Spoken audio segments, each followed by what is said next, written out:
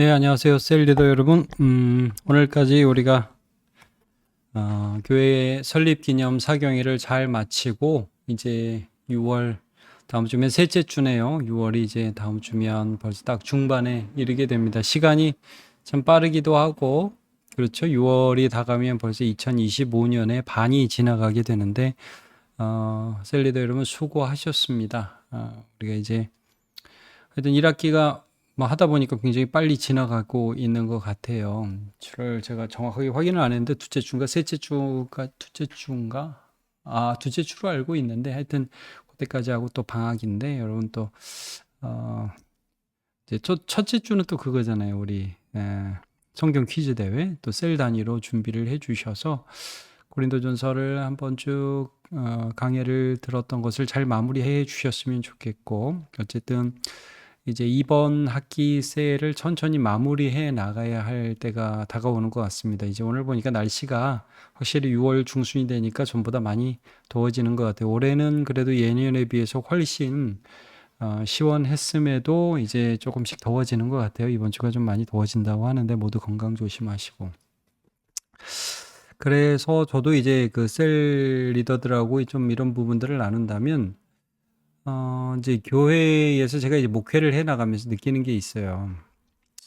그러니까 이제 어떤 목사가 계획을 가지고 어떤 일들을 해 나가지만 그러나 사실 교회를 이끌어 가시는 분은 하나님이시거든요. 이제 뭐 다음 주에도 그런 부분이 나오지만 바울 사도도 고린도 교회에 가고자 하지만 하나님이 허락하시면 가겠다 이런 말씀을 하면서 어떤 교회를 하나님이 이제 만들어 가시고 그 가운데서 은혜를 주시고 우리들에게 도전을 주시고 행복과 기쁨을 주시는 그런 방법들이 사람의 생각과 좀 다를 때가 많이 있어요. 사람이 마음으로 그 길을 계획할지라도 그 걸음을 인도하시는 이는 하나님이시다라고 말씀을 하지 않습니까?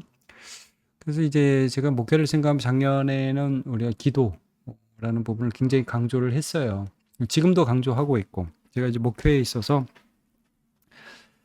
저 자신이 좀 계속해서 하나님이 만들어 가시는 방향으로 만들어져 가고 변화되고 성장하고 그런 부분이 많이 있거든요. 그래서 작년에는 이제 기도라는 부분들에 대해서 조금 많이 생각을 하고 저 자신도 좀 적용하고 또 배워가고 있고요. 좀 올해 오면서 이제 선교라는 부분에 대해서 더 많이 생각하게 되죠.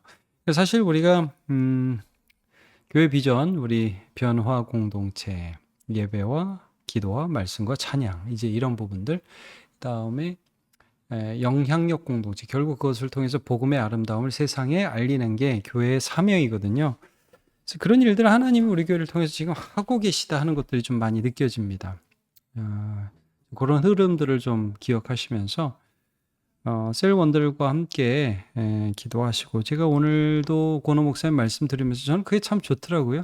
2선 1선 해가지고 두 번은 선교지를 가고 한 번은 선진국을 간다. 그래서 다음 세대에도 비전을 주고 어른들하고도 제가 이번에 이제 중직자 부부와 같이 다녀오긴 했지만 조금 더 우리가 선교지도 다양한 선교지를 성도들과 함께 가고 했으면 좋겠습니다. 제가 오늘 저 선교 모임 갔다가 애들 페이스 페인팅 하는 거 여기다 판박이로 해갖고 지금 손에 이게 좀 그림이 그려져 있습니다.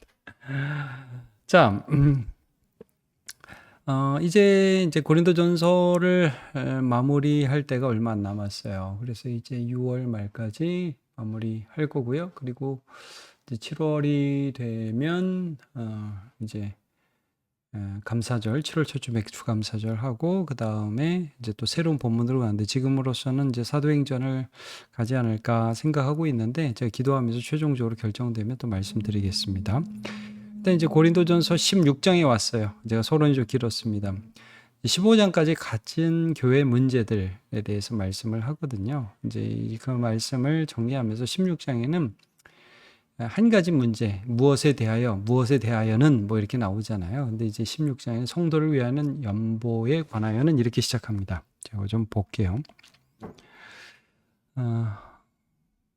자, 고린도 전서 16장 1절 보면 이렇게 시작해요. 성도를 위하는 연보에 관하여는. 그 다음에 2절에도 내가 갈 때 연보를 하지 않게 하라. 이 연보라는 단어가 로게이아라고 그래서 신약 성경, 뭐 신구약 다 해서 여기밖에 안 쓰이는 아주 독특한 단어입니다.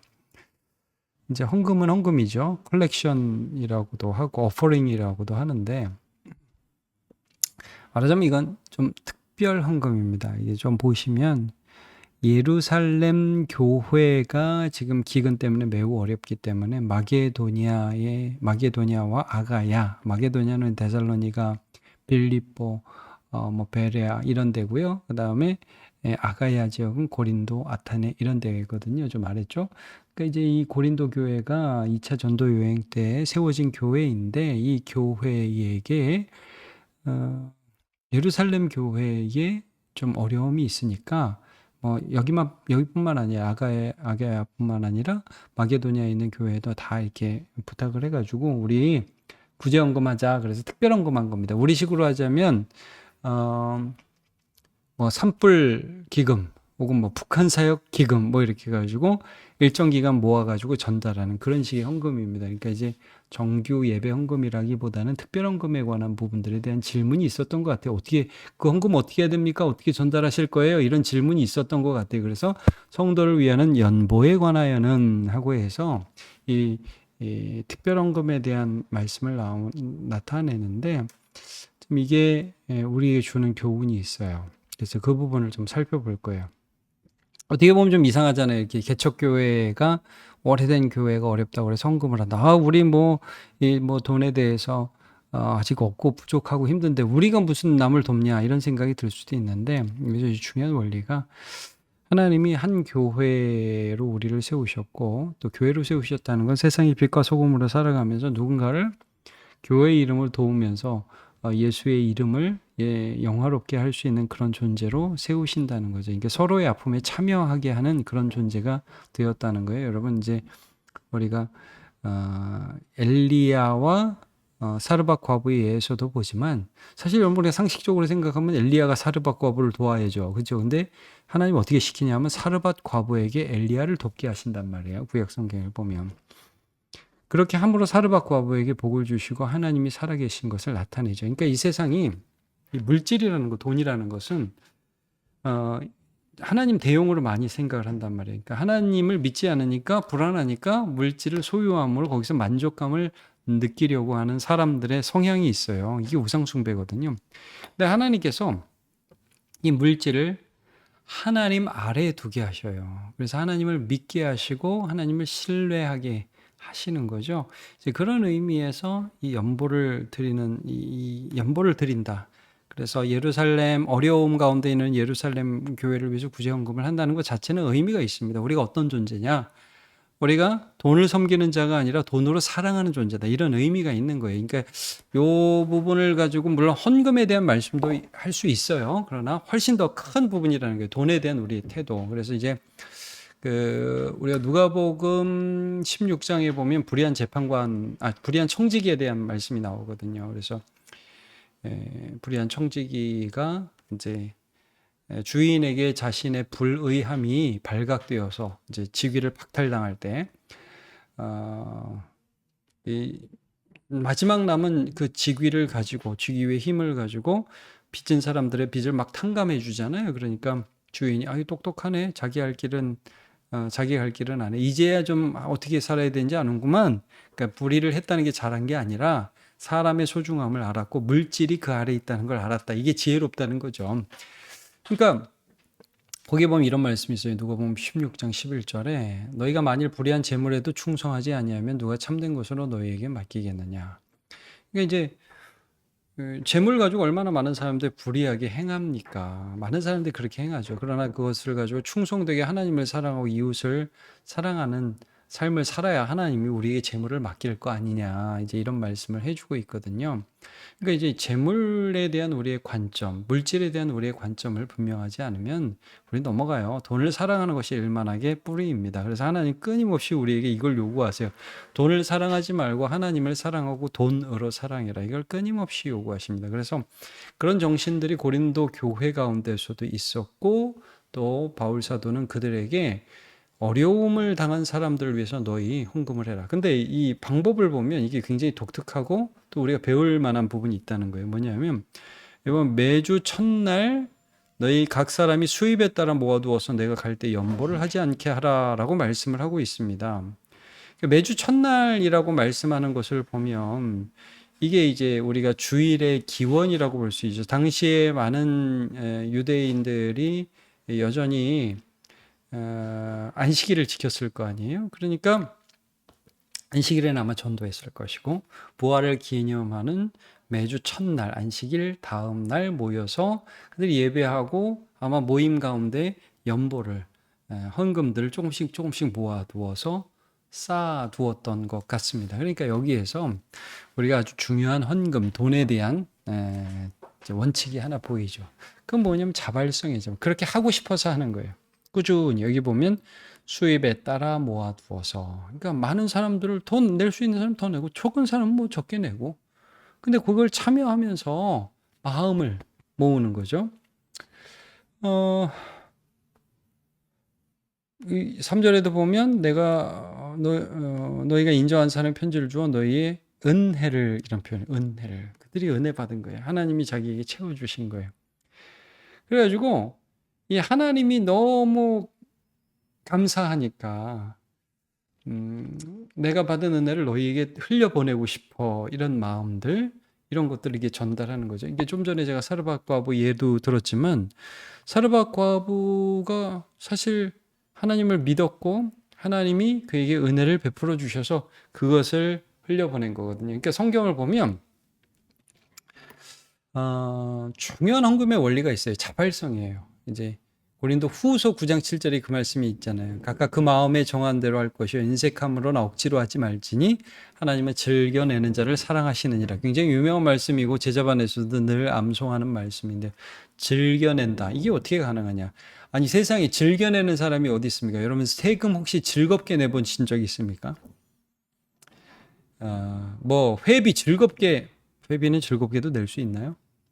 여러분 언제 우리가 즐겁게 낼 수 있냐면 사랑할 때. 그러니까 예를 들면 우리 아버지 어머니 사랑하는 마음으로 식사 대접할 때, 사랑하는 선생님들 우리 대접할 때, 제가 가끔 식당에서 이런 광경을 많이 보거든요. 내가 내려고 그랬는데 왜 네가 냈냐고 그러고 막 승질내고 막 그런 걸 많이 봐요. 정말 그 사람에 대해서 고마울 때, 이제 그때 즐겁게 내는 모습을 보죠. 그러니까 이제 다윗도 성전 건축을 위한 여러 재료를 이제 모았을 때, 그때 백성들이 어떻게 이렇게 즐겁게 드릴 수 있었습니까? 주께 받은 것으로 주께 드렸을 뿐입니다. 그러니까 이 은혜에 대한 감사가 있는 거죠. 이게 중요한 원칙이에요. 그래서 이제 우리가 헌금을 하거나 혹은 재물을 사용할 때 항상 이걸 기억해야 됩니다. 우리는 이 재물을 우리에게 허락하시고 사용하게 하시는 하나님께 대한 사랑을 고백하는 것이 마땅하다. 그리고 그렇게 할 수 있다. 항상 재물은 우리 발 아래, 하나님은 우리의 예배의 대상으로 그렇게 늘 삼아야 되겠습니다. 그다음에 이제 또 중요한 원칙이 뭐냐면 투명성이에요. 이 3절에 보면 너희가 인정한 사람에게 편지를 주어 너희의 은혜를 예루살렘으로 가져가게 하리니. 그러니까 이제 전달자가 있어야 된다는 거죠. 요즘같이 계좌 입금하면 뭐 별 문제가 없어요. 근데 그 당시엔 그런 게 없으니까 누군가 거액의 헌금을 들고 예루살렘이라는 먼 지역까지 가야 되기 때문에 이게 상당히 조심스러운 부분인 거죠. 바울 사도는 그냥 내가 갖다 줄게 라고 할 수도 있었을 거예요. 그러나 너희가 인정한 사람에게 편지를 주어, 이렇게 이게 고린도 교회의 헌금이야 해서 편지 써가지고 그 사람이 전달할 수 있도록 하겠다. 이거 굉장히 세심한 배려죠. 여러분 여기서 우리는 바울 사도가 얼마나 한 사람을 실족하지 않게 하려는 노력을 하고 있고, 더불어서 자신이 하나님이 나를 채워주실 것에 대한 그런 신뢰, 그런 믿음이 있다는 것을 볼 수 있습니다. 투명성은 어디서 나옵니까? 투명성은 진실함에서 나오죠. 그러나 더 깊이 들어가면 여기 이제 믿음에서 나오는 거예요. 무슨 말이냐면 하나님이 나를 채워주신다, 하나님이 나를 책임지신다 하는 그 믿음에서 투명성이라는 자신감이 나오는 거죠. 내가 굳이 거기에 손을 댈 이유가 없는 거예요. 하나님이 하시는데 뭐. 그러니까 이제 목회자로서 굉장히 뭐 제가 처음에 시작할 때부터 많은 선배 목사님들이 예, 조심해야 될 거 세 가지 얘기하잖아요. 늘 세 가지 얘기하잖아요. 하나, 지금 말하는 돈. 또 하나, 이성 문제. 또 하나, 명예. 여기에 뭐 거의 걸려 넘어진다는 거죠. 이게 뭐 이게 아담도 걸려 넘어진 거예요. 보암직도 하고 먹음직도 하고 지혜롭게 할 만큼 탐스럽기도 하고 이런 그 물욕, 성욕, 명예욕 이 세상이나 세상에 있는 것들을 사랑하지 말라. 육신의 정욕, 안목의 정욕, 이생의 자랑. 그러니까 이런 것들이 하여튼 사탄이 늘 쓰는 그런 어떤 공격 도구죠. 근데 여기에 대해서 우리가 항상 깨어 있어야 되고 하나님이 이 부분을 우리에게 가장 적절하게 채워주신다. 그래서 우리가 기도를 어떻게 합니까? 오늘 우리에게 일용할 양식을 주옵시고. 그러니까 오늘 주실 것을 나는 신뢰합니다. 내일 일은 내일이 염려할 것입니다. 그게 구약의 만나예요. 만나. 하루 먹을 거 하나님 반드시 주신다. 내일 하나님을 믿는다. 그러니까 내일 먹을 것까지 내가 쌓아 있어야만 나는 행복한 자가 아니라 하나님을 매일매일 신뢰하며 살아간다가 우리의 신뢰가 되어야 한다는 것이죠. 그 믿음이 바탕이 되어서 우리가 이제 투명하고 정직하게 살아갈 수 있는 겁니다. 여러분, 정직과 투명성은 의무로 된다기보다 믿음 안에서 하나님께서 주시는 자신감에서 나오는 것입니다. 그래서 이런 그 원리들을 짧은 이 헌금에 대한 특별 헌금에 대한 원리에서 볼 수 있지. 또 어떤 사람들은 이걸 보고서 야 그러니까 뭐 11조는 안 해도 돼. 뭐 그러니까 무슨 감사헌금 다른 건 필요 없어. 이렇게 말을 하기도 하는데 왜냐하면 여기 이제 뭐 성도를 위한 연보는 뭐 이렇게 하니까. 근데 여러분 이건 특별 헌금에 대한 특별 대답의 한 부분이기 때문에 그렇게 확대해서 할 수는 없습니다. 제가 이제 몇 년 전에 11조에 대한 말씀은 드렸지 않습니까? 그러니까 제가 이번에도 뭐 간단하게 언급은 하겠지만 11조는 하나님에 대한 믿음의 고백이에요. 그러니까 초신자가 아직 내가 믿음이 없어서 11조를 드릴 믿음이 없어요. 그럼 그분은 11조를 할 수 없는 겁니다. 그러나 하나님께서 내게 채워주시는 게 믿어지고 감사하고 하나님을 사랑하면 그 믿음의 고백, 신앙 고백으로서 드릴 수 있는 거죠. 또 하나 어떤 거, 교회를 통해서 하나님이 일하고 계시다는 그 고백을 하면서 교회를 통해서 하나님의 영광을 드러내옵소서라는 믿음의 고백들을 하는 거죠. 자, 그것들은 뭐 이번에 많이 다룰 부분은 아니니까. 자, 보겠습니다. 돈, 믿음과 사랑의 시금석. 그러니까 사실 돈이 뭐가 중요하냐 말씀하지만 예수님 돈 많이 말씀하셨습니다. 왜냐하면 실제 돈을 우리가 어떻게 대하는가 하는 것이 신앙에 있어서 굉장히 중요한 원칙이 되기 때문입니다. 예수님 그러셨잖아요. 아까 뭐 누가복음에 나오는 불의한 청지기 비유도 나오지만 하나님과 재물을 겸하여 섬길 수 없다. 두 주인 섬길 수 없다. 하나님의 것은 하나님에게, 가이사의 것은 가이사에게. 뭐 그리고 여러분 뭐 이런 비유도 기억나십니까? 부자가 있었는데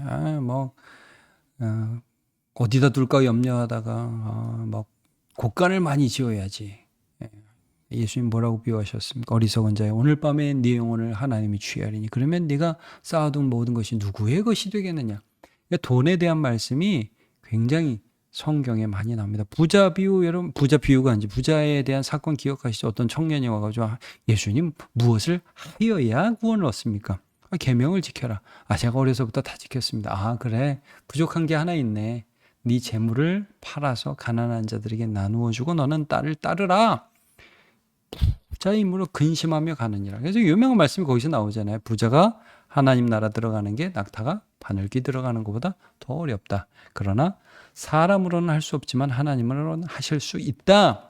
그러니까 이 물욕과 이 재물에 대한 집착을 버리는 건 인간의 힘으로는 불가능하다 이거예요. 그러나 복음으로서 하나님이 그 일을 하실 수 있다는 거예요. 그래서 돈에 대한 우리의 가치관과 우리가 돈에 대해서 어떻게 생각하는가 하는 것은 굉장히 중요한 거예요. 자, 돈을 발 아래 둬야 된다 이거예요. 돈은 사랑의 대상이 아니에요. 사용의 대상이지. 잘 하나님이 성실하게 벌어서 잘 사용하고 하나님을 믿는 믿음의 수단으로 돈을 사용해야 된다는 거예요. 그래서 믿음과 사랑의 시금석이에요. 결국 돈을 어떻게 쓰느냐. 여기에 우리의 믿음, 사랑이 그대로 나타나 있어요. 여러분 사랑하면 돈 씁니다. 쓰고 싶어요. 그냥 쓰고 싶어져요. 자, 예수님은 너희가 만일 불의한 재물에도 충성하지 않으면 누가 참된 것을 너희에게 맡기겠느냐라고 말씀하셨습니다. 물질은 하나의 시금석, 즉 판단 기준입니다. 시금석이라는 게 사실은 이게 금이야 아니야 뭐 이런 거를 좀 알려주는 어떤 기준이 된 도를 말하는 건데, 판단 기준이죠. 진짜 믿음인지 가짜 믿음인지를 판단하는 기준이 됩니다. 그 사람이 물질을 어디에 쓰는지를 보면 인생의 가치를 알 수 있습니다. 자, 물질에 대한 나의 가치관 한번 설명해 봅시다. 그래서 시작하면서 저는 물질을 이렇게 생각해요. 돈은 뭐 이런 거라고 생각해요. 왜냐하면 돈에 대한 가치관을 한번 스스로 정의해 봄으로써 난 돈을 어떻게 생각하는지를 좀 알 수 있거든요. 돈에 대해서 아주 자유로운 사람은 세상에 없겠죠. 그리고 어려운 시절을 다 겪어봤기 때문에 사실 돈에 대해서 완전히 자유로울 사람은 없습니다. 그러나 매 순간 이 부분에서 우리가 하나님을 믿을 뿐이죠. 자, 말씀과 나눔 보겠습니다. 바울 사도는 고린도 교회에 예루살렘 교회를 위한 연보에 참여하라고 권면했습니다. 매주 첫날 너희 각 사람이 수입에 따라 모아두라 라고 했는데, 이는 사랑이 만드는 자발성, 하나님에 대한 사랑 그리고 이웃에 대한 사랑이 만드는 자발성, 많아도 되고 적어도 되고, 그러나 누군가의 아픔에 참여하는 한 교회를 이루고자 하는 복음이 주는 자발성, 이것이 이렇게 나타나는 거죠. 나에게 헌금의 동기, 뭐 또 헌금의 동기뿐만 아니라 나눔의 동기라고 해도 좋겠어요. 그건 무엇입니까? 1번, 하나님의 은혜에 대한 감사와 사랑으로 즐겁게 드린다. 나에겐 즐거움이 있다. 사실 이게 굉장히 조심스러운 부분이라 셀리더들한테 좀 부탁드리는 건, 너 왜 헌금 안 해? 이렇게 하면 안 된다는 거예요. 이걸 의무로 접근하지 마세요. 이거는 기쁨이라는, 그게 자발성이라는 거예요. 물론 이제 헌금을 성도의 의무로 봅니다. 근데 그 의무라는 거 안 하면 안 돼. 너 안 하면 성도도 아니야. 이렇게 하는 게 아니라 마땅한 바라는 거죠. 하나님의 은혜 받은 자로서. 그 자유예요, 자유. 기쁨이에요. 그래서 이제 그런 의미에서 좀 접근을 해주시면 좋겠고, 이런 분들도 계셔요. 제가 헌금에 대해서 보면 하고 싶은데 뭐 가족의 반대 때문에 하고 싶은데 지금 상황이 너무 어려워서 도저히 못하는 분들이 계셔요. 그런 분들을 이해해 주시고 기다려 주시고, 담임 목사님도 그러더라. 아니, 그게 죄 짓는 거 아니다. 하나님이 상황을 열어주시기를 기도하자. 왜냐하면 마음은 있는데 상황이 안 돼서 힘든 부분이 많이 있거든요. 예. 하나님께서 그런 부분들을 열어주시는 거예요. 또 정직하게 내가 하나님 앞에 또 드려야 하는데, 또 내가 하나님은 그걸 원하시는 것 같다라고 생각하는 분들이 있다면 또 격려해 주시고요. 자, 형편이 오래 참여하지 못하고 있다, 이런 분들이 있을 수 있다는 거죠. 3번, 교회를 통해 일하시는 하나님 나라에 참여하는 기쁨으로 드린다. 하나님 나라에 참여하는 기쁨으로 나는 드리고 있다. 1번과 3번이 어떻게 보면 좀 비슷하죠. 억지로 또는 인색한 마음으로 한다. 어쩔 수 없이. 그러니까 이런 것도 솔직하게 듣고 좀 자유함을, 헌금에 대한 그런 자유함과 기쁨과 기대, 나눔에 대한 그런 자유함과 기쁨과 기대를 가질 수 있으면 좋겠습니다. 결국 복음에 대한 반응이라는 거예요. 하나님의 은혜에 대한 반응, 사랑, 감사, 이런 거라는 거죠. 자, 바울 사도는 헌금 전달에서 투명성을 강조했습니다. 너희가 인정한 사람에게 편지를 주어. 이는 믿음이 가지고 오는 투명성을 보여줍니다. transparency. 이제 뭐 투명한 거죠. 누가 봐도 이건 바울 사도가 뭐 어떻게 가지고 도망갈 만한 그런 사건이 아니야. 아주 잘 전달됐어. 개인의 사리 사욕이 끼어들지 않았어라고 이렇게 정리될 수 있겠죠. 물질에 대한 나의 태도는 어떻습니까? 1. 늘 물질이 없을 것을 염려하기에 유혹을 느낀다. 2. 하나님을 믿고 정직하고 진실하게 물질을 사용한다.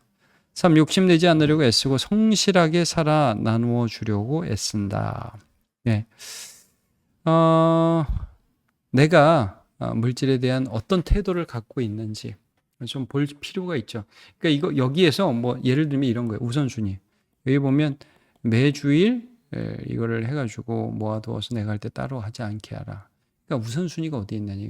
요거를 좀 체크를 좀 해주셨으면 좋겠어요. 우리가 왜 가장 중요한 건 먼저 떼어놓잖아요. 옛날에 그걸 많이 강조했잖아요. 헌금을 먼저 떼어놓는다. 근데 그것도 어떻게 보면 이해가 안 가는 분들이 좀 있을 수는 있을 거예요. 그러나 우리가 하나님께 감사하고 또 하나님께 내 마음을 드리는데 우선순위를 두는 것, 이것이 하나님 앞에 받음직하지 않은가 하는 것들을 알려드리고, 한번 우선순위. 저희 돈 생기면 뭐부터 제일 먼저 띄세요? 이자, 카드값. 여러분, 그럴 수 있겠죠. 그럴 수 있겠죠. 근데 이제 우리의 우선순위가 어디에 있는지 먼저 한번 좀 잘 점검해 보면 좋을 것 같아요. 마음 우선순위. 너희 보물이 있는 곳에 너희 마음이 있느니라. 예수님 그 말씀도 기억하세요. 낭비하지 않으면 사랑이 아니다. 제가 이 말씀은 홍정길 목사님한테 들었습니다. 제가 이제 얼마 전에 금요 위기도에도 이 말씀을 나누었죠. 어마어마한 돈이 들었지만 자원하는 전문가들로 이제 미랄학교 강당 팔레스 홀이라는 데를, 세라믹 팔레스 홀이라는 데를 이제 건축했는데, 이제 건축하고 이제 완공하고 예배드리는데 많은 사람들이 홍 목사 이거 낭비했구만 이라고 말을 해서 가슴이 참 마음이 아픈데, 그때 하나님께서 마음에 낭비하지 않으면 사랑이 아니다 라는 말씀을 해 주셨다고 해서 제가 굉장히 은혜 받았습니다. 그래, 이게 논리로 설명되는 게 아니라, 사랑은 논리로 설명 안 돼. 우리 자녀들에게 돈 쓸 때 뭐 정확하게 이 돈이 꼭 효과가 있어야만 막 검증해서 그렇게 하지 않습니다. 많은 돈을 낭비하죠, 자녀들 위해서. 진짜 저도 옛날에 보면 피아노 그렇게 보냈는데 애들이 나 안 해 그러고 결국 이제 낭비같이 된 적이 있어요. 근데 그건 문제 안 됩니다. 그렇게 할 수 있습니다. 하나님을 생각해 보죠. 하나님은 우리를 위해 아들을 주셨고 예수님은 우리를 위해 보배로운 피를 흘리셨습니다. 우리도 하나님과 이웃을 사랑하며 물질을 사용해야 마땅합니다. 흩어 구제하여도 더욱 부하게 되는 일이 있나니 과도히 아껴도 가난하게 될 뿐이라 라는 말씀을 기억하면서 하나님이 채워주심을 믿고 돈을 사랑하지 않고 돈으로 사랑하는 삶을 살아가시기 바랍니다. 네, 수고하셨습니다.